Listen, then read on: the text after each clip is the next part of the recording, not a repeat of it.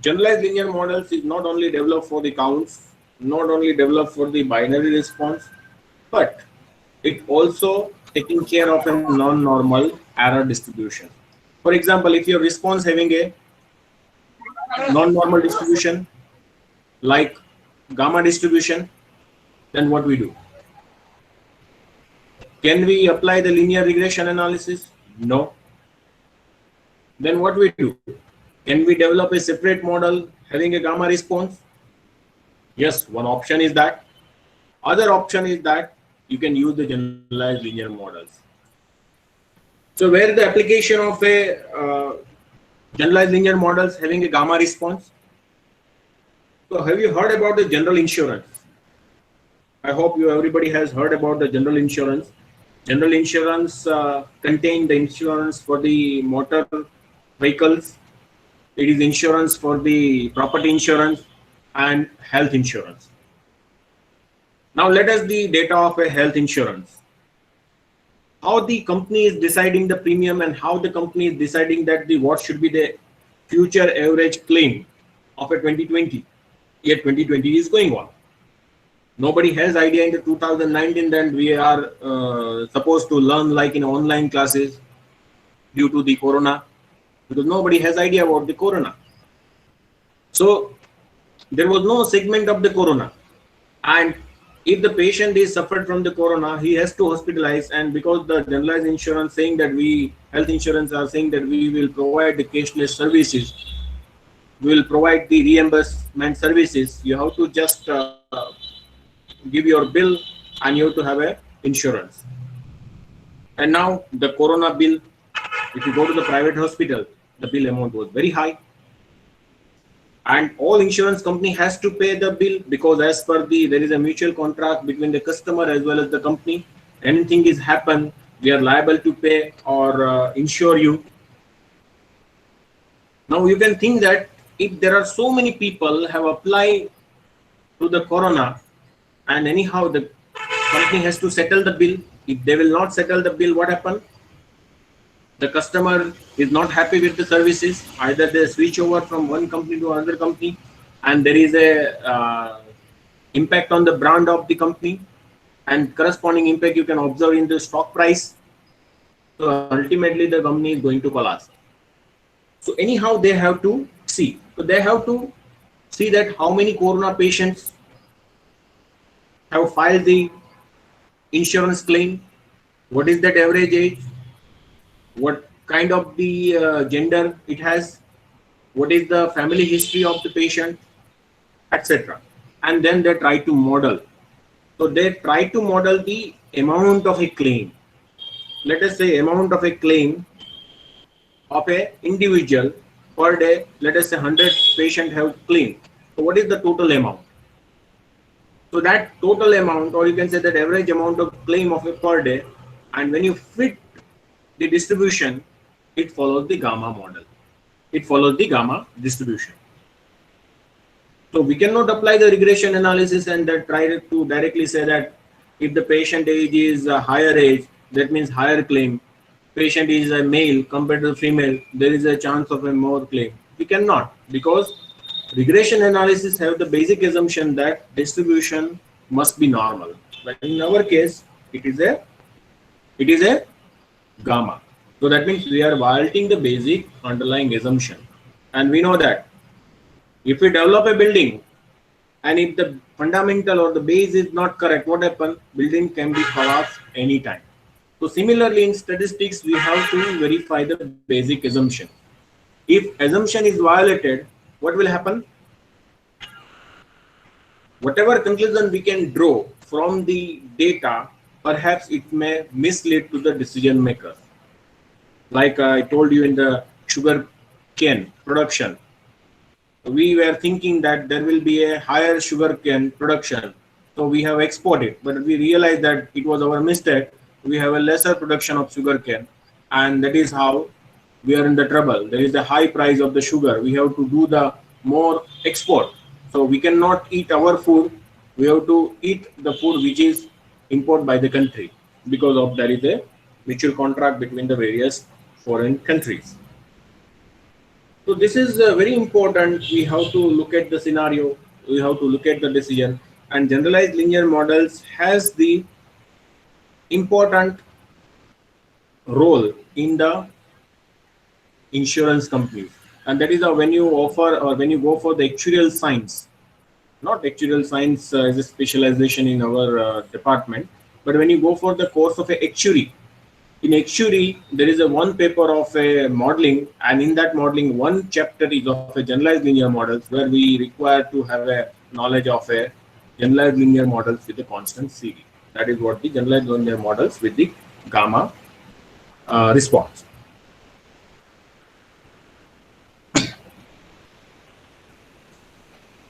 Generalized linear models may be viewed as a unification of a linear and non-linear regression model that incorporates a rich family of normal and non-normal distribution. So it is a unification. That means it will taking care of linear as well as the non-linear model.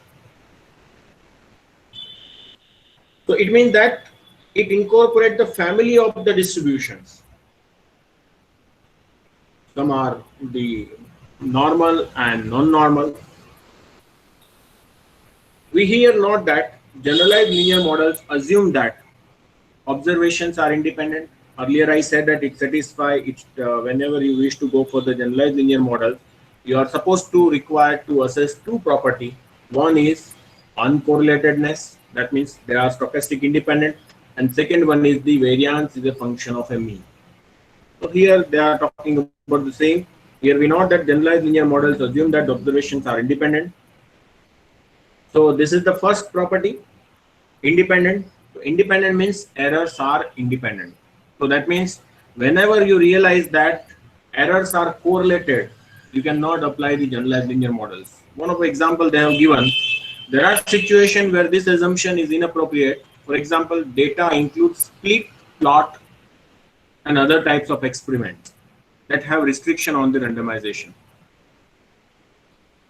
Getting my point? So split plot having what happen? Split plot. That means your main plot is further split up into the subplot.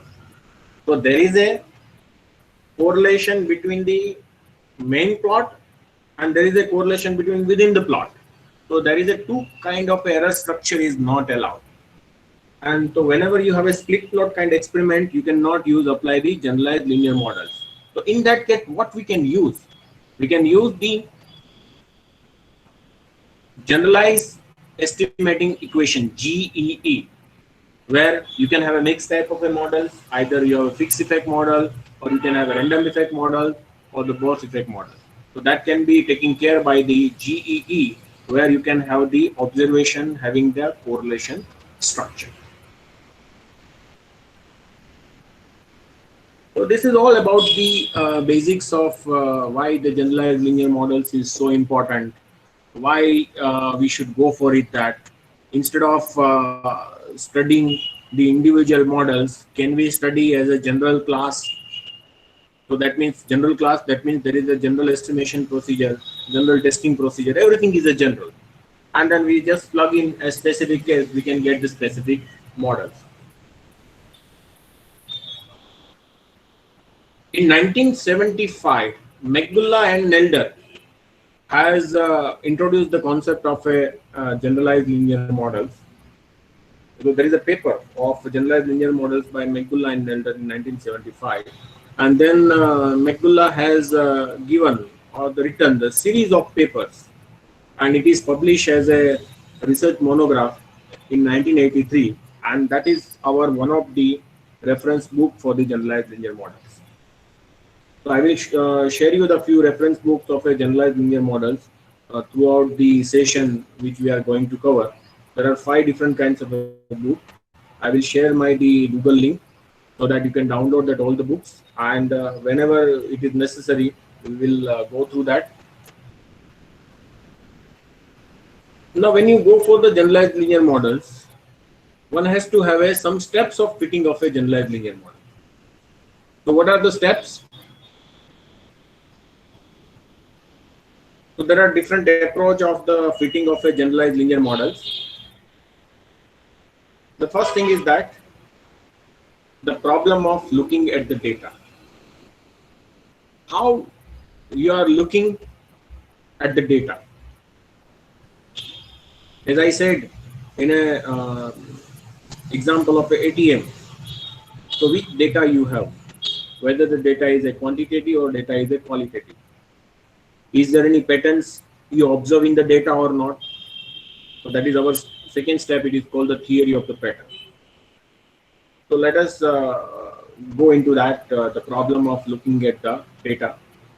Suppose we have a number of measurements or counts together with some associated structural information, such as the order in which they were collected, which measuring instrument was used, and other different conditions under which the individual measurements were made. So here the thing is that how the data is collected, whether the data is of a count, whether the data is of a quantitative measures, whether the data is of a discrete, how the data are generated, what are the variables are associated with that. For example, the death of the corona patient, it is a count. So what are the variables associated with that? The age of the respondent, gender of the respondent, the region of the living, any traveling history or not. So how the data are generated, how the data are collected. Now if you talk about the chemical process, so the productivity of a chemical is a function of a time, pressure, temperature. So these are the things are there.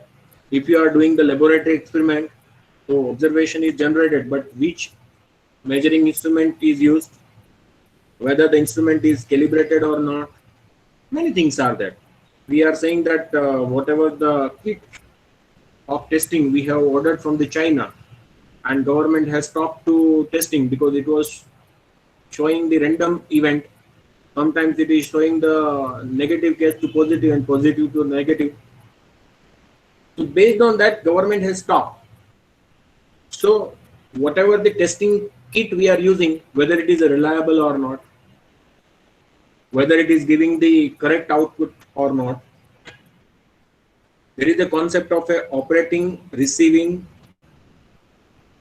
curve, ORC curve, characteristic curve, which is saying that whether if the gentleman is positive and kit is suggesting positive, then result is true. Gentleman is positive but kit is suggesting negative, then it is a false negative. Sorry, false positive. Similarly, negative patient say that positive, it is a false negative.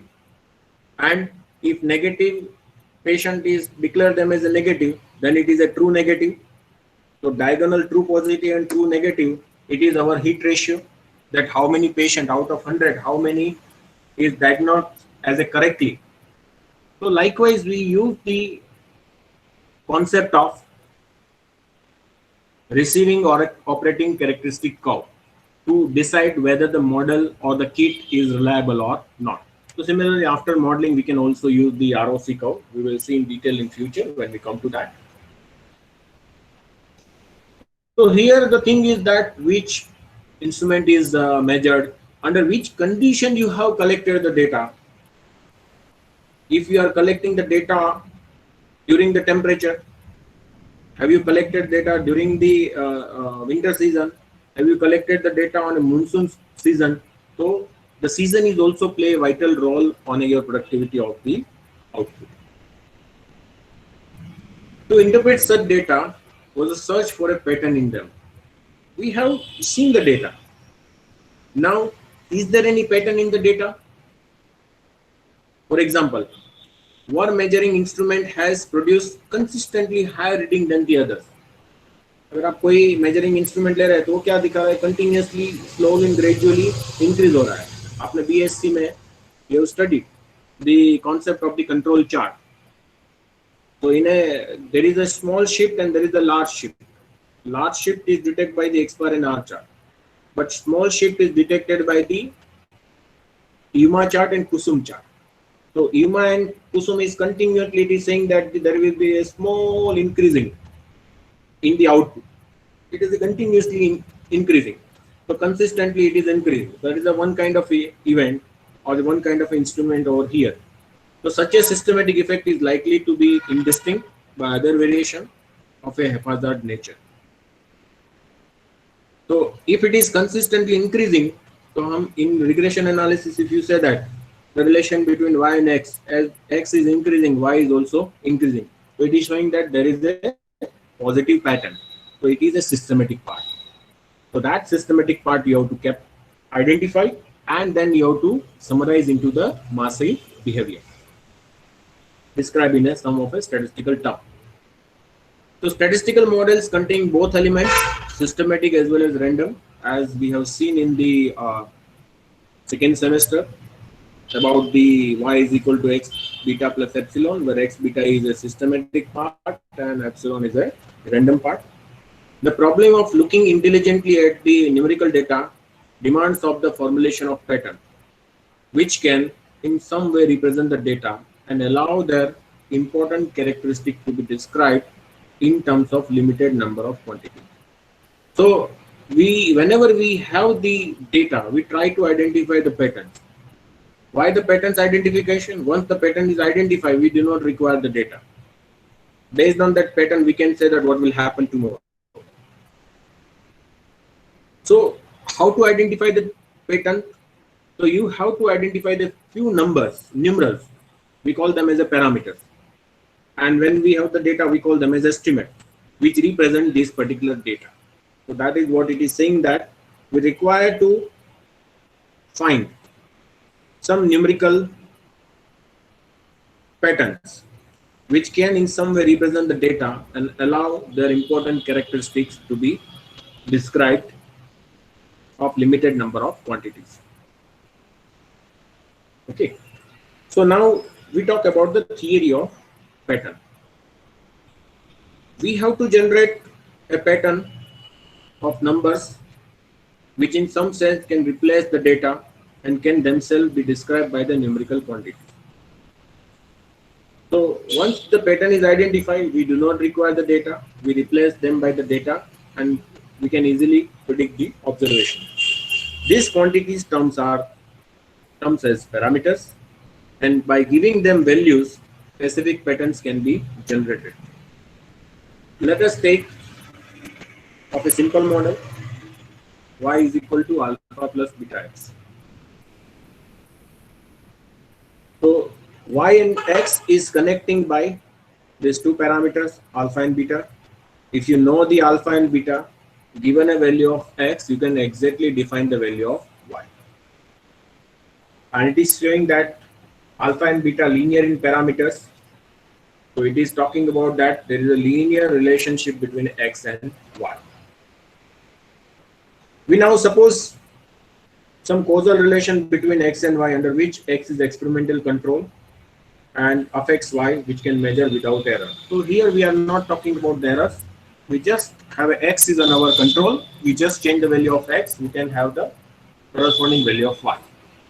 Suppose we have the different values of x. Let us say x1, x2, xn.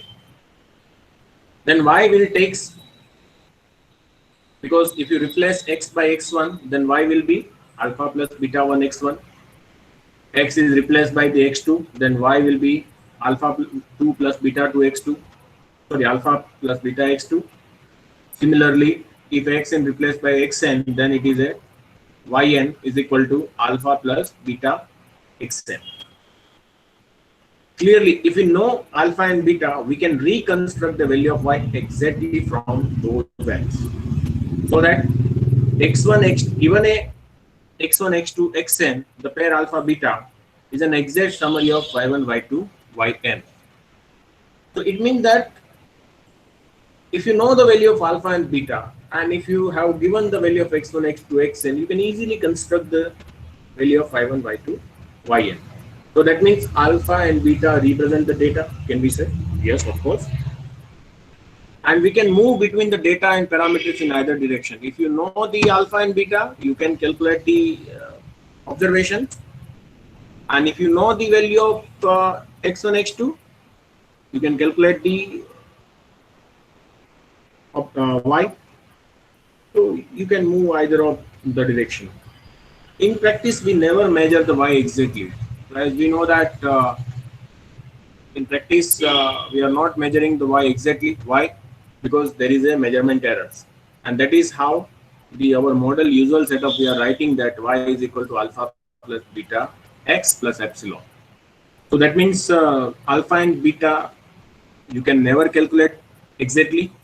So what happens? You try to substitute the estimate, and let us call them this estimated value a and b, which in some sense best describe the new approximate relation between y and x.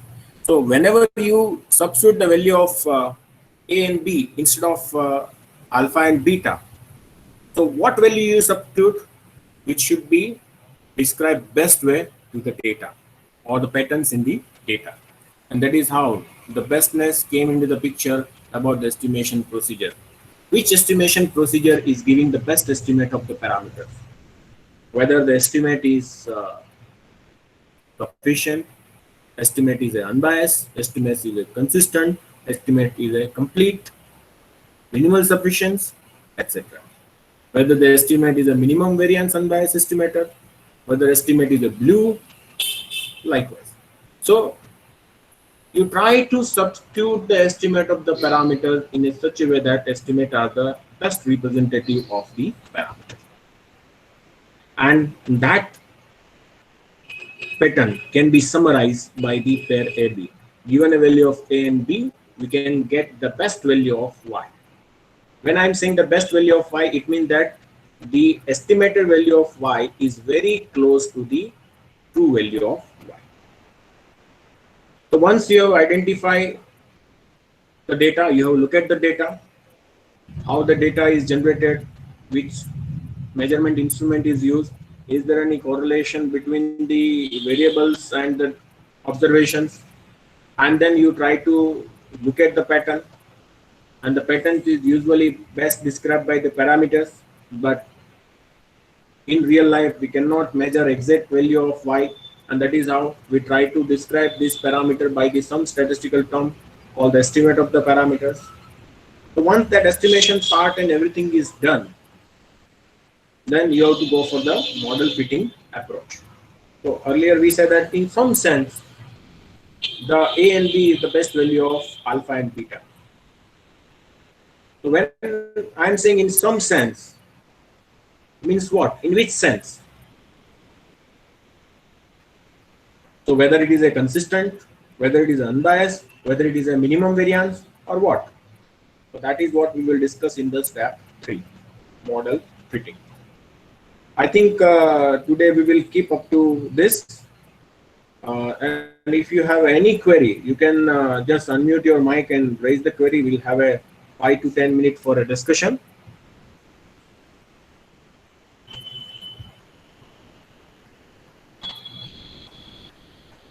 Anyone?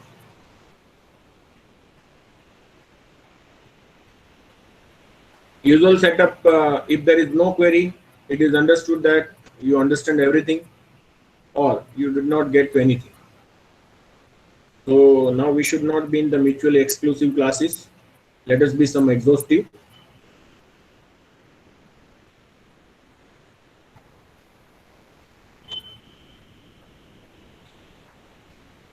Anyone, any questions?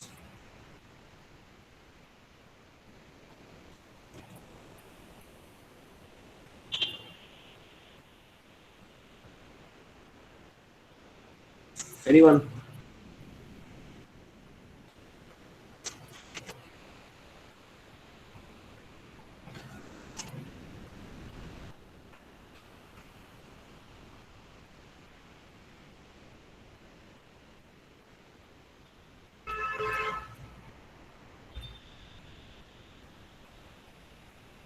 Okay, so now I will ask any one of you, please unmute your mic and what you understand you have to tell me.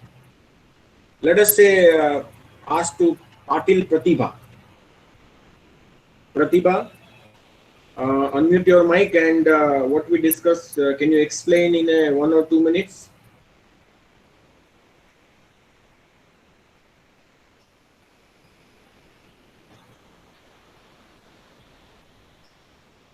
Atil Pratibha is there?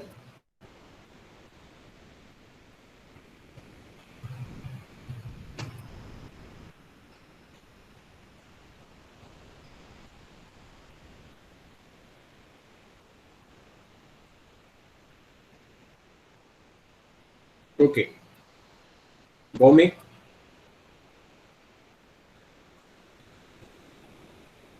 Sayan, Bhomik?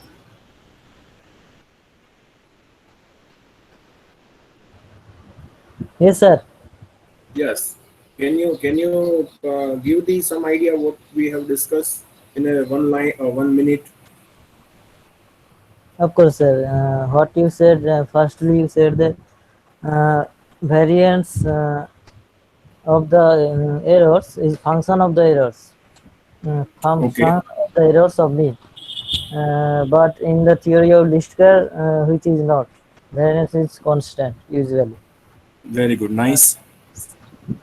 And when we use the GLIM, general linear model, when the response have non-normal distribution, means the distribution is not follows the normal distribution. Uh, Uh, I would like to add here when you said non-normal distribution, no, it can also work for the normal because it is a generalization of normal distribution in the way linear regression model. So generalized linear model is a specific, no, that means linear regression model is a specific case of a generalized linear models. yes, yes. So good. So Rupesh, would you like to add something?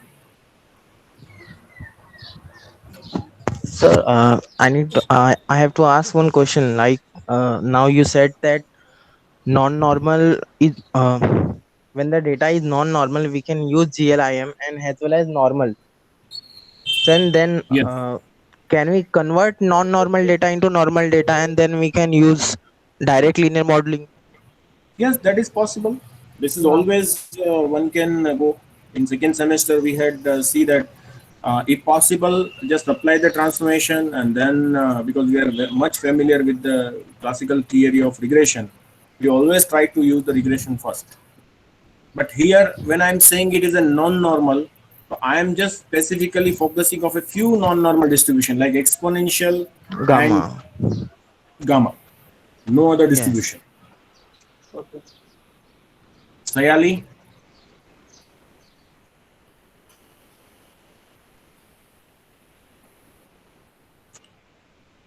Sayali Ghadge na? Yes. You just first unmute your mic.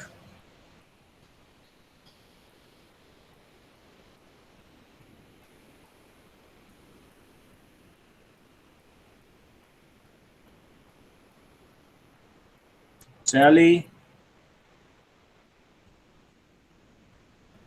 the first you have to unmute your mic because your mic is mute. In your screen there is an option. There is a mic, there is a camera. Yes, good now. Now you can. Hello, sir. Yes, I am here. I can hear you.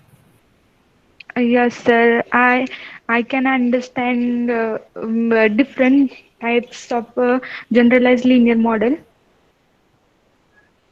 Okay. Generalized linear model, how to work in various faculties. You say, sir, example of coronavirus disease or ATM machines, how to work. In ATM machine, we have not used the generalized linear models, but of course, you can say that the coronavirus is an example where we have the application of generalized linear models. And simultaneously, we have discussed about the general insurance, health insurance. Okay, okay, sir. और sir variant जो sign ने बताया वो वैसे mean और variance के बीच में जो कोऑर्डिनेशन होता है जनरल लीनियर मॉडल का, वो कैसे डिपेंड होता है उसके ऊपर, वो समझ आया। और बाकी Good. Very good. So online teaching is still effective, yes sir, yes is it? Okay, good. Yes, yes sir, Kathy. That's it. Kathy would like to add something. Oh, Dipesh would Yes, like to sir. tell. Sir, I want to ask one thing, sir. In a example of general insurance, Yeah, please. sir, in example of general insurance, previously the insurance company has a more benefit from now because there is a lot of expense in the coronavirus cases. If somebody has got the insurance previously, then he is benefited by the insurance company, and the insurance company have to pay all the money, all the expenses of the treatment, and the company would go in the loss. Yeah, of course, but you can see the simultaneously if you look at the cases of a claim.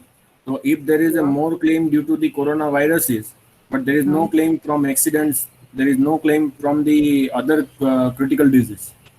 Okay. You can see the history of the people are saying that due to this lockdown, people have stopped to buy the medicines of a different chronic disease, and similar number of death is usually happen through accident. That is what happening through coronavirus. Yeah. So somewhere it is a kind of they are in the business. So naturally, somewhere the claims are more, somewhere the claims are reducing. Somehow it is balance out. But now IRDA has make the compulsory. All insurance company has to settle the claim of the coronavirus. Yeah. And nowadays the government is also giving these services at the free of cost. But of course, settlement rate is higher. Maybe the amount of the claim is also higher. Yeah. So there may be, but they can add the premium. So this is how the as a statistician we have to develop the balance sheet. If this many claims are happening under this circumstances, so if the persons come for the applying for a new policy, what should be the premium? If I am talking Absolutely. about that, I was paying earlier the premium of the 6,000 rupees, but after the 3 years when the renewal came, it is jump into the 11,000 by saying that your age is increasing by the 3 years, Yeah. and therefore you have a more chance for a claim. So some kind of a modeling is they are developing at the back office side, and based on that taking the decision. And it's all based on the large amount of the data. Yes, Kathy. Sir, also for insurance companies, government, I mean, who they have once they have started the IT sector again, the government has made a rule that you have to take health insurance for your employees whom you are calling to office compulsory. So that is the way that insurance company are back to starting their profits again. Yes, of course, because that is how the number of the people have started taking the insurance. Earlier, the people have no insurance; they have started taking the insurance. But fear always give the business. One more thing I would like to tell over here. Suppose if your family size, entire family size of a 50 people. Okay. Let us say your all the grandparents and uncle, auntie, mama, mommy, sir. If let us say there are 50 people are there, and everybody is just keeping the 2,000 every year aside. As an individual, if you go for the premium, your premium cost may be of a 3,000, 4,000 rupees per person per year, and depends on the age. But if you keep this amount together and investing at the, let us say in a bank or somewhere, then from their interest, let us say for the 5 years, you have there is no claim or there is no need of a medical things. So 5 years you have 5 lakh rupees.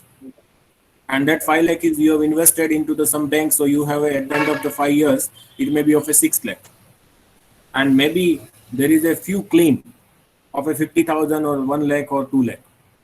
So likewise, if you have a big family, you can manage the insurance scheme from your end. There is no need to pay the insurance company, because many people are taking the insurance and only the rate of the claim is 2%, 3%, 5%. You can see that government of India has started paying the insurance scheme. Let us say 12 rupees. There is a 2 lakh of insurance, accidental death. There is a 333 rupees or something, 330 rupees. And there is a natural death, they can pay the 2 lakh rupees. So you can see that if there is a people of a 100 crores, and out of 100 crores, if only 60 crore have taken the insurance, how much amount of it that? And how many claims they have to settle? Still the government and the insurance agencies are in the profit. But it is saying that at the 12 rupees, the government has given the insurance of a 2 lakh rupees. See, whenever the government is coming with the scheme, they have this all the ideas.